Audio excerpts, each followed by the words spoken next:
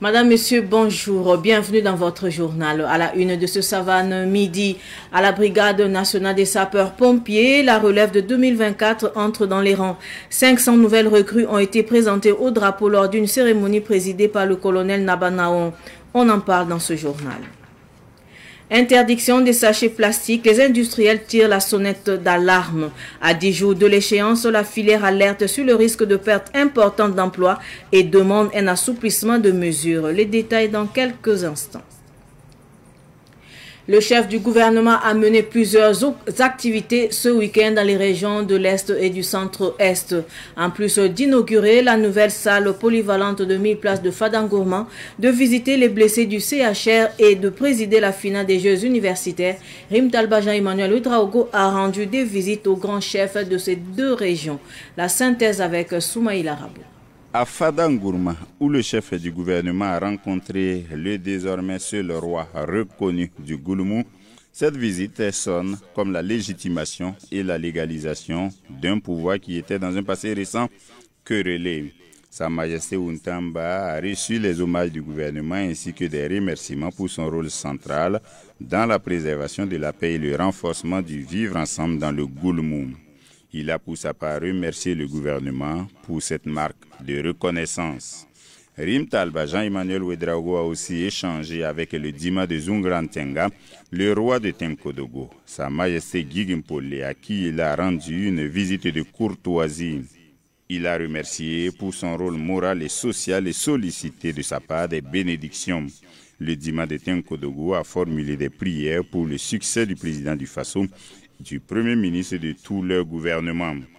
Chez le chef du Koupela, Naba Yemde, le Premier ministre a salué son rôle moral et social ainsi que sa forte contribution à la réalisation de l'autosuffisance alimentaire.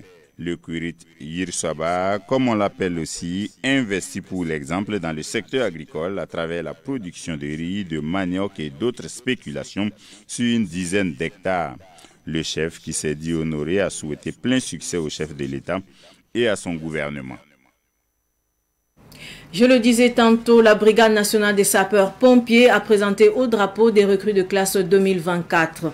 La cérémonie a été présidée par le commandant de la Brigade nationale des sapeurs-pompiers, le colonel Daba Naon. C'était à Bobo Dioulasso dans les Hauts-Bassins. Les précisions de Nongasida Thomas Sondo de Savane Média Ouest.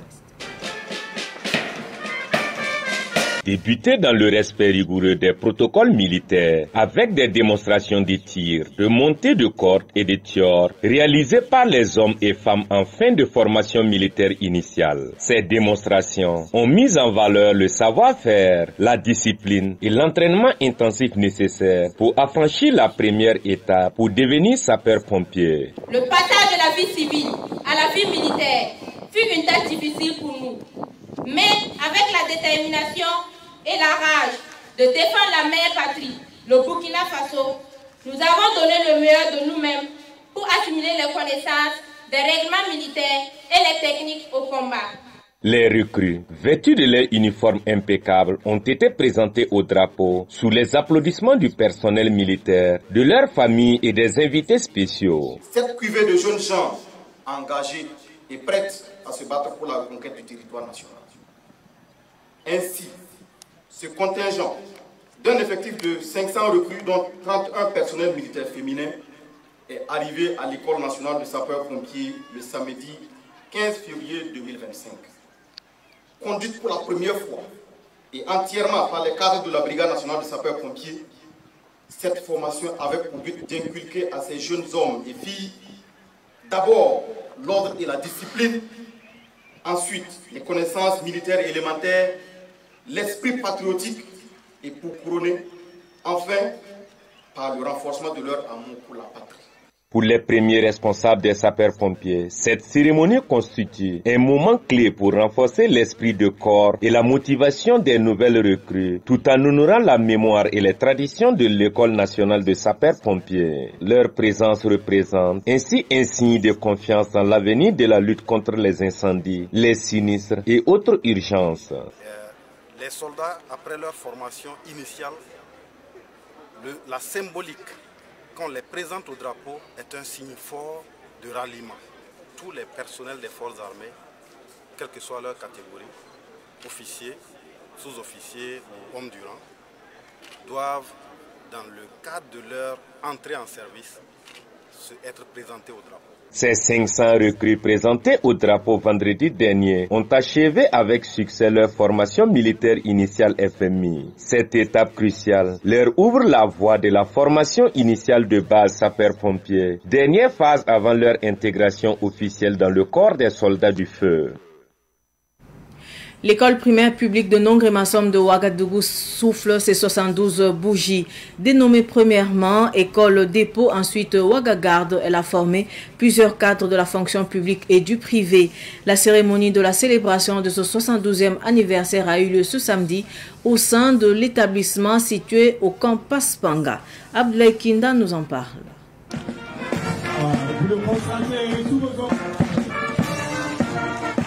Défilé des anciens élèves avec à leur tête le colonel-major à la retraite Joseph André Tendrebego de la promotion 1956. L'école a ouvert ses portes en 1953 et ses premiers élèves ont appris à écrire avec la plume. Si par exemple écrire est facile depuis un certain temps, avec l'apparition du stylo à billes, communément appelé BIC, ce n'était pas le cas au début de notre école où il fallait apprendre à tremper la plume dans l'encrier pour ne pas prendre trop d'encre, ça risque de couler sur vos papiers. Et il fallait tracer les lettres de l'alphabet sans gratter ou déchirer la page, ce n'était pas évident. Alors plein de souvenirs sont encore vivants. Les voix de nos maîtres résonnent encore dans nos mémoires et la discipline qu'ils nous ont inculquée continue de guider nos vies. Nous voulons aujourd'hui rendre un hommage appuyé à tous ces enseignants d'hier et aujourd'hui qui donnent le meilleur d'eux-mêmes pour transmettre le savoir, parfois dans des conditions difficiles. La directrice actuelle de l'école a salué la mobilisation des anciens élèves pour la célébration des 72 ans de l'école. Elle revient sur l'historique de l'école. Au fil des décennies, elle a formé de nombreuses générations, dont plusieurs membres occupent aujourd'hui des fonctions de responsabilité dans divers secteurs de notre pays. La première version du livre de lecture pour le CE2 intitulé Karim et Aïcha, il est important de signaler que les personnels Karim et Aïcha étaient des élèves de l'école Nongrémasom. L'école a connu plus de 100 enseignants. Elle a enregistré 72 promotions et a formé plus de 20 000 élèves. Le colonel-major Joseph André Tendrebego explique que les anciens élèves se sont constitués en association et en groupe WhatsApp afin de mieux soutenir l'école. Nous réaffirmons ici notre engagement à maintenir les liens avec le creuset de notre cursus scolaire et à travailler ensemble, anciens élèves, administration et partenaires, pour que Nongrémasom continue de rayonner. Aux parents d'élèves, je voudrais lancer un appel pour une plus grande implication dans l'éducation des enfants. Le 72e anniversaire de l'école de Nongrémasom s'est tenu sous le thème « École et défis sécuritaires ». Le représentant du patron de la cérémonie appelle à l'implication de tous pour le rayonnement de l'école. L'éducation demeure au cœur des priorités du gouvernement. Malgré les défis sécuritaires, économiques et sociaux, nous restons déterminés à bâtir une école burkinabé forte, inclusive et de qualité pour tous les enfants sur toute l'étendue du territoire. Mais l'école ne peut réussir seule. Elle a besoin de sa communauté, de ses anciens, de ses partenaires. Au cours de cette cérémonie, les meilleurs élèves de cette année scolaire ont été récompensés. Les attestations de reconnaissance ont été aussi décernées à la gendarmerie et à une ancienne enseignante qui a fait les beaux jours de l'école. De son côté, l'Institut franco-arabe Aorema, 6 au quartier Nonsin, dans l'arrondissement 3 de Ouagadougou, a refermé ses classes samedi dernier. Selon le directeur de la section primaire franco-arabe, la moisson a été bonne. C'est une première pour l'Institut de réaliser un taux de réussite de 100% au CEP uni franco-arabe et de 95% au CEP classique. Écoutons Adama Sawadogo au micro de Samuel Moko. Depuis la création de cette école, c'est la toute première fois qu'on a arrivé à ce taux de succès. Voilà, donc c'est suite à un travail acharné, à chaque fois avec beaucoup d'abnégation, de concentration, d'application, que nous sommes arrivés cette année à ces résultats. L'Institut Aorema, section primaire, de CP1 jusqu'à la classe de CM2, ils font les deux langues, à savoir le français et l'arabe. Et au finish, c'est-à-dire à partir de CM2, l'élève a la possibilité de sortir avec 2 ou 3 diplômes, arabe et CP classique plus le CP uni. Nous avons le secondaire arabe de la classe de la 6e jusqu'à la classe de la terminale. Nous avons aussi les classes classiques de la 6e jusqu'à la classe de terminale de l'enseignement général.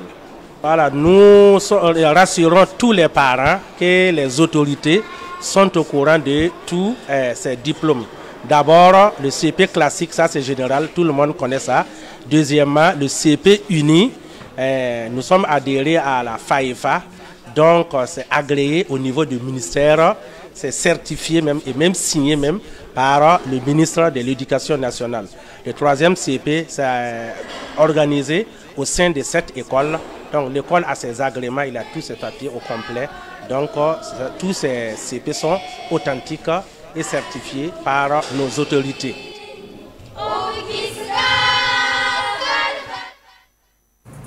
Je le disais également en titre, les industriels du plastique s'interrogent sur leur avenir à 10 jours de l'entrée en vigueur de l'interdiction des sachets plastiques au Burkina Faso.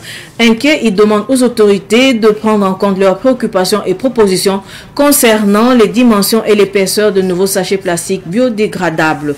Plus de 15 000 emplois sont menacés si rien n'est fait. Les acteurs du plastique étaient face à la presse hier matin. Le compte rendu de Fatih Sankara. À 10 jours de l'application de la loi sur l'interdiction des sachets plastiques, les industriels du domaine sont inquiets. Ils affirment être méprisés par le ministère en charge de l'Environnement qui balaie du revers de la main leurs propositions de solutions contre le péril plastique. Les dimensions et les épaisseurs proposées par le ministère en charge de l'Environnement ne sont pas réalistes selon les industriels locaux. Ben Idriss Tapsoba, secrétaire général de l'Association des industriels du plastique. Depuis plusieurs mois, nous constatons avec consternation, malgré notre bonne volonté, à accompagner le processus pour une meilleure mise en œuvre de la loi, une série d'agissements qui témoignent d'un manque de considération manifeste envers les acteurs industriels locaux, ainsi que les communautés directement concernés par les problématiques environnementales. La solution était trouvée lors de nos discussions avec le ministère de l'Environnement et la Commission de développement durable, CDD, de l'ALT, avant l'adoption de la loi. La conclusion était l'abandon de la confection de nos sachets d'emballage léger, source à problème pour l'environnement au profit d'une dimension supérieure ou égale à 50 cm de longueur et 30 cm de largeur, avec une épaisseur de 50 microns minimum, rendant l'emballage lourd, réutilisable à souhait et facilement récupérable pour recyclage et sans danger pour les animaux. Notre grande surprise est que M. le ministre de l'Environnement a adopté la décision, la dimension sans concertation de 44 cm de largeur et 78 cm de long, avec une épaisseur de 70 microns à l'adoption de la loi à l'ALT. Cependant, cette dimension n'est pas réalisable par nos usines et ne correspond à aucun usage réel. Le plus alarmant, toujours selon les acteurs du plastique, est que l'expertise locale a été écartée au profit de celle extérieure dans la production des nouveaux emballages. Force est de constater que nous sommes relégués au second rang pour la chose dont nous maîtrisons le mieux. Ainsi, les décisions sont prises sans nous, malgré notre cri de cœur. Le ministère nous a formellement ignorés pour aller au Ghana, pour visiter des sites dont notre pays n'en vit pas. Conséquence, on se retrouve avec des sachets dont les dangers sont plus élevés et non recyclables avec le temps quand ils sont exposés au soleil. Ainsi, ils ont financé des structures pour fabriquer des sacs que le ministère montre à la télé, soi-disant des sacs en tissu. Nous avions fait savoir au directeur général de la préservation de l'environnement, lors d'une de nos échanges, à sa grande stupéfaction, que leur alternative au sachet plastique était aussi du plastique. Une trentaine d'usines implantées au Burkina et plus de 15 000 emplois directs sont en danger si rien n'est fait. C'est pourquoi les industriels du plastique alertent les dirigeants sur leur situation. C'est terminé pour les activités de la première édition de la semaine de l'AES. En hommage au peuple de l'AES, l'association Les Cœurs en Joie a organisé un dîner gala vendredi dernier. Fatih Sankara et Jamila Toussakana y étaient. À ce dîner gala, hommage a été rendu au président et ressortissants de l'Alliance des États du Sahel pour leur résilience et bravoure dans cette lutte acharnée contre le terrorisme. S'ensuivent des pas de danse et des remises de trophées pour agrémenter la soirée. À l'heure du bilan, la présidente de l'association Les Cœurs en Joie dresse un bilan satisfaisant. Ça a été un honneur pour moi d'accueillir 3 pays. Le pays invité d'honneur, c'est le Togo. C'est une fierté. Ça, je suis très contente que la soirée soit réussite. On a donné nos trophées, il y a eu des prestations artistiques, il y a eu le défilé de mode. Plus de 400 personnes étaient là. Franchement, je suis très contente. Tous les objectifs ont été atteints. Cette première édition de la semaine de l'AES a également servi de cadre de formation au profit des veuves des forces de défense et de sécurité tombées au front. Comme activité, on a lancé 10 formations dans 10 domaines d'activité différentes. Les veuves des soldats tombés ont été formées gratuitement. Voilà, ils ont fait la saponification, les éventails en tissu africain, délégués médicaux. Voilà. Ils ont fait plusieurs formations. La présidente de l'association Les Cœurs en Joie lance un appel d'union au peuple de l'AES. J'invite tous mes frères et sœurs d'emboîter nos pas. Main dans la main, nous allons promouvoir l'AES. Notre objectif principal, c'est de montrer au monde entier que nous pouvons être autonomes. Voilà, nous pouvons être autonomes sans les pays étrangers. Il faut que l'AES marche. Rendez-vous est pris en 2026 pour la deuxième édition de la semaine de l'AES. Tout autre sujet à présent, une soixantaine de fidèles catholiques ont terminé la lecture de la Bible. Ces fidèles se sont familiarisés avec les versets bibliques pour mieux se rapprocher de Dieu. La cérémonie de sortie de ce groupe dénommé Lisons la Bible est intervenue samedi dernier en présence de Germaine Faram. C'est par une messe d'action de grâce que la première promotion du groupe Lisons la Bible a marqué la fin de sa formation. Il a fallu près de 4 ans pour ces assoiffés de la parole de Dieu, en majorité des femmes, pour parcourir tous les versets bibliques. Étant catéchiste volontaire, ça m'a invité en même temps à venir, parce qu'une fois qu'on comprend davantage la parole de Dieu, c'est une opportunité encore pour mieux donner la catéchèse à nos catéchumènes. La Bible est profonde et je peux dire que je comprends un peu de ce que nous avons appris jusque-là. Mais il faut encore travailler davantage parce que la Bible ne s'épuise pas. Ils sont 67 fidèles catholiques à emprunter le chemin de la vérité et de la vie qu'est la parole de Dieu. Page par page, ils ont approfondi leur connaissance divine en suivant des étapes. Les pères conciliaires ont émis la nécessité que les fidèles laïcs soient davantage familiers de la parole de Dieu pour la connaître davantage et puis l'aimer et puis vraiment pour que cette parole-là imprègne davantage aussi leur vie. Et au cours de ces 3 années, ils ont parcouru toute la Bible depuis la Genèse jusqu'à l'Apocalypse et chaque mois ils se retrouvaient 1 ou 2 fois maximum pour étudier un livre de la Bible.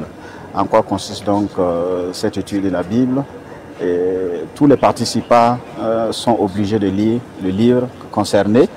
Et après lecture, ils font des exposés chapitre par chapitre. Et à la fin, le prêtre accompagnant que je suis, je fais aussi une présentation de tout le livre et je me porte disponible pour les éventuelles questions. C'est une chance pour l'Église parce que à travers ce qu'ils ont appris, il y a déjà le bien que cette parole même fait à leur personne. Et il y a aussi le témoignage, cela va renforcer leur vie de témoignage de chaque jour au milieu des fidèles. Et pourquoi pas qu'eux-mêmes soient comme un 5e évangile pour attirer aussi d'autres également. Après une communion au corps du Christ, puis au pas d'action de grâce, les membres de la première promotion du groupe Lisons la Bible ont reçu des attestations de formation. 3 groupes d'apprentissage de la Bible sont actuellement en formation. Actualité sportive avant de clore cette édition d'information. La 7e édition du marathon des échangeurs de BF1 a tenu ses promesses ce samedi à Ouagadougou. Des coureurs sont venus de divers horizons pour compétir dans les 2 volets de la compétition, les 10 et 42 km. Les dames ont également chaussé leurs chaussures de sport à cette occasion. Le vainqueur Richard Koitou du Ghana repart avec une somme d'1 million de francs CFA et de plusieurs gadgets. Ahmed Joël Compaoré était présent. Richard Koitou du Ghana, vainqueur du marathon des échangeurs de BF1 en 2023, revient une seconde fois en tête de liste. Il devance sur la ligne d'arrivée les 435 coureurs. Richard Koitou a parcouru les 42 km en 2 heures 24 minutes 57 secondes, ce qui lui a valu la première place devant ses compatriotes qui occupent la 2e et 3e place.